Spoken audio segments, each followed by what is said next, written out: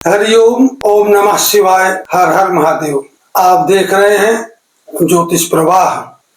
ज्योतिष प्रवाह चैनल में आप सभी दर्शकों का हार्दिक स्वागत है, अभिनंदन है। आज हम एक बहुत ही विशेष महत्वपूर्ण सिद्धांत पर चर्चा करने जा रहे हैं और आज हम उस सिद्धांत को समझेंगे जो ज्योतिष का प्राण है, ज्योतिष की आत्मा है, जिसका नाम है कर्म फल का सिद्धांत। The principle of action and reaction, negative and positive influences from the cosmos are the results of our own action. आज हम इस रहस्य को खोलेंगे और इस पर विस्तार पूर्वक चर्चा करेंगे। ब्रह्मांड हमारी हर धड़कन को सुनता है, हमारी हर सोच को रिकॉर्ड करता है, हमारे हर व्यवहार को ऊंची तरंग के रूप में अपने अनंत ब्रह्मांड में भेज देता है। जो हम भेजते हैं वह खोता नहीं है, वह फैलता है, परिपक्व होता है और अवसर आने पर फिर उसी रूप में हमको प्राप्त होता है। इसी से हमारा भाग्य बनता है, इसी से हमारा कल का निर्माण होता है और इसी से हमारा जीवन ऊंचाई या गिरावट का अनुभव करता है। आइए इस रहस्य को गहराई से समझते हैं।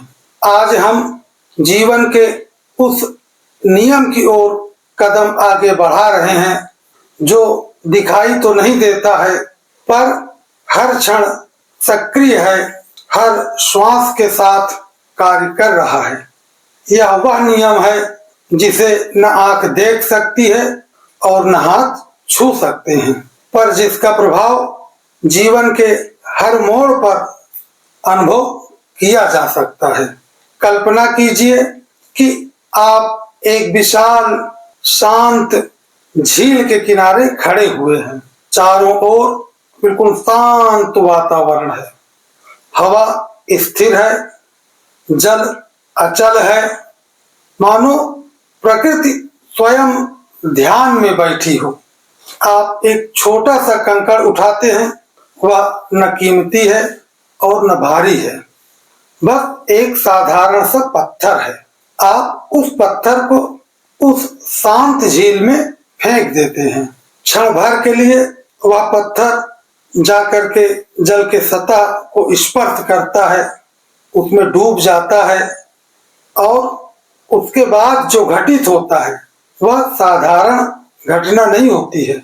लहरें उठती हैं, फैलती हैं, चारों ओर वृत्त बनाती हैं और चारों दिशाओं में चल पड़ती हैं। वे लहरें यह नहीं पूछती हैं कि पत्थर छोटा था या बड़ा था। वे लहरें यह भी नहीं देखती हैं कि पत्थर को किसने फेंका। बस वे लहरें फैलती हैं, बस फैलती रहती हैं और अंततः झील के किनारों से टकराकर उसी स्थान की ओर लौट आती हैं जहां से उनका जन्म हुआ था।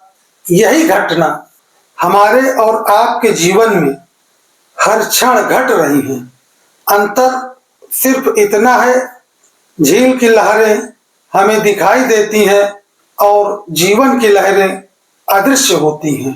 All our thoughts, words and action generate influences in the environment, which ultimately spread throughout the universe. These influences are reflected back and in the end return to the originator. They return to the person who originated them. इस वाक्य में मनुष्य का संपूर्ण जीवन दर्शन समाया हुआ है। अर्थात जो कुछ भी हम बोलते हैं, जो कुछ भी हम सोचते हैं, जो कुछ भी हम करते हैं, वह केवल हमारे भीतर ही सीमित नहीं रहता है, वह एक सूक्ष्म तरंग बन जाता है, एक अदृश्य कंपन बन जाता है। यह कंपन हमारे शरीर तक नहीं रुकता, यह हमारे कमरों की दीवारों में भी नहीं अटकता, यह हमारे शहर या समाज तक सीमित नहीं रहता, यह हमारे शहर या समाज तक सीमित नहीं रहता, यह वातावरण में फैलता है, आकाश में विस्तार करता है और अंततः पूरे विश्व ब्रह्मांड में अपनी उपस्थिति को दर्ज कराता है। यहाँ एक बहुत ही महत्वपूर्ण बात समझने योग्य है, ब्रह्मांड में कोई भी फ्रीक्वेंसी नष्ट नहीं होती है। वह ऊर्जा या तो आगे बढ़ती है या समय आने पर पुनः लौटकर वापस आती है।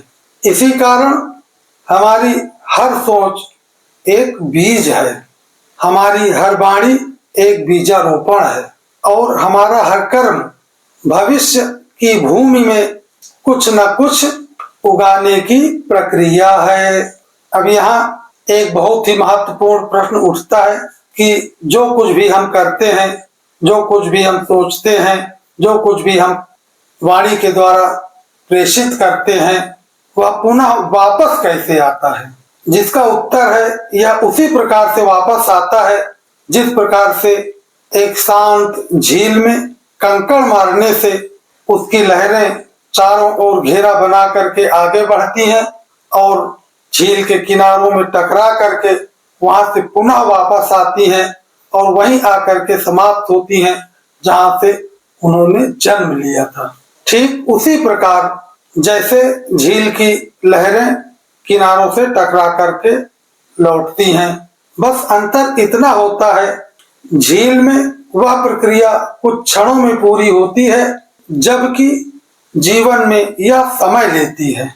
कभी परिणाम तुरंत दिख जाता है, कभी महीने भर लग जाते हैं और कभी परिणाम आने में वर्षों लग जाते हैं। कभी परिणाम शुभ ग्रह दशाओं के रूप में आते हैं, कभी परिणाम अशुभ ग्रह की दशाओं के रूप में सामने आते हैं। कभी परिणाम तुरंत दिख जाता है, कभी महीनों बाद, कभी वर्षों के अंतराल पर, कभी दशाओं के रूप में, कभी परिस्थितियों के रूप में और कभी किसी व्यक्ति या घटना के माध्यम से, पर लौटता अवश्य है। यह प्रकृति का अटल नियम है। यदि हमारा व्यवहार सकारात्मक है, जीवन सहायक है, यदि हमारी सोच में मैत्री भाव, करुणा भाव, मुदिता का भाव है, वाणी में संयम है और कर्म में सद्भाव है, तो वही तरंगे ब्रह्मांड में फैलकर उसी प्रकार की सकारात्मक शक्तियों को आकर्षित करती हैं और जब वे वापस लौटती हैं तो सहयोग बनकर लौटती हैं, अवसर बनकर लौटती हैं, सुरक्षा बनकर लौटती हैं और कभी कभी अचानक मिली सहायता के रूप में हमारे जीवन में प्रवेश कर जाती हैं। आपने कभी अनुभव किया होगा, कभी बिना किसी स्पष्ट कारण के कोई व्यक्ति आपकी सहायता कर देता है, कोई बंद रास्ता अचानक खुल जाता है और कोई बहुत बड़ा संकट अपने आप टल जाता है। यह कोई संयोग नहीं है, यह आपकी ही किसी पुरानी लाइफ सपोर्टिंग तरंग का प्रतिफल है। इसके विपरीत विचार करते हैं। यदि हमारे कर्म, हमारे विचार, हमारी वाणी और हमारा आचरण जीवन विरोधी है, यदि सोच में द्वेष है, वाणी में कटुता है और कर्म में स्वार्थ या हिंसा है, तो वही तरंगे उसी प्रकार की नकारात्मक शक्तियों को आकर्षित करती हैं और जब वे हमारे पास वापस लौटती हैं तो तनाव बनकर लौटती हैं, रुकावट बनकर लौटती हैं, अशांति बनकर लौटती हैं या कभी कभी बिना किसी स्पष्ट कारण के कष्ट के रूप में हमारे जीवन में प्रकट हो जाती हैं। और यही वह समय होता है जब लोग अक्सर कहते हैं कि अरे हमने तो अपने जीवन में कुछ किया ही नहीं, तब यह इतनी बड़ी समस्या हमारे जीवन में कैसे आकर के खड़ी हो गई। यह सब वर्तमान समय में किए गए कर्मों के फल नहीं होते हैं। आज हम जिन कर्म फलों को भोग रहे हैं, आनंद के रूप में, सुख के रूप में, शांति के रूप में, धन वैभव के स्वरूप में, ये सारे कर्म फल हमारे पीछे के किए हुए कर्म फलों का प्रतिफल है। और जो अशांति के रूप में, कष्ट के रूप में, रोग के रूप में, व्यर्थ के वाद विवाद के रूप में ये सब कर्मों का फल भोग रहे हैं, यह भी वर्तमान के कर्म फलों का प्रतिफल नहीं है। ये भी हमारे पुराने समय के कर्मों के प्रतिफल हैं, जो आज आकर के उदय हो गए हैं और हमको एक नकारात्मक प्रभाव के रूप में मिल रहा है। यह वर्तमान क्षण का किया हुआ नहीं है, किसी पुराने समय में फेंका हुआ पत्थर की लहर होती है जो अब लौट करके वापस आई है। Life supporting activities will bring back positive influences, whereas harmful activities will return negative influence।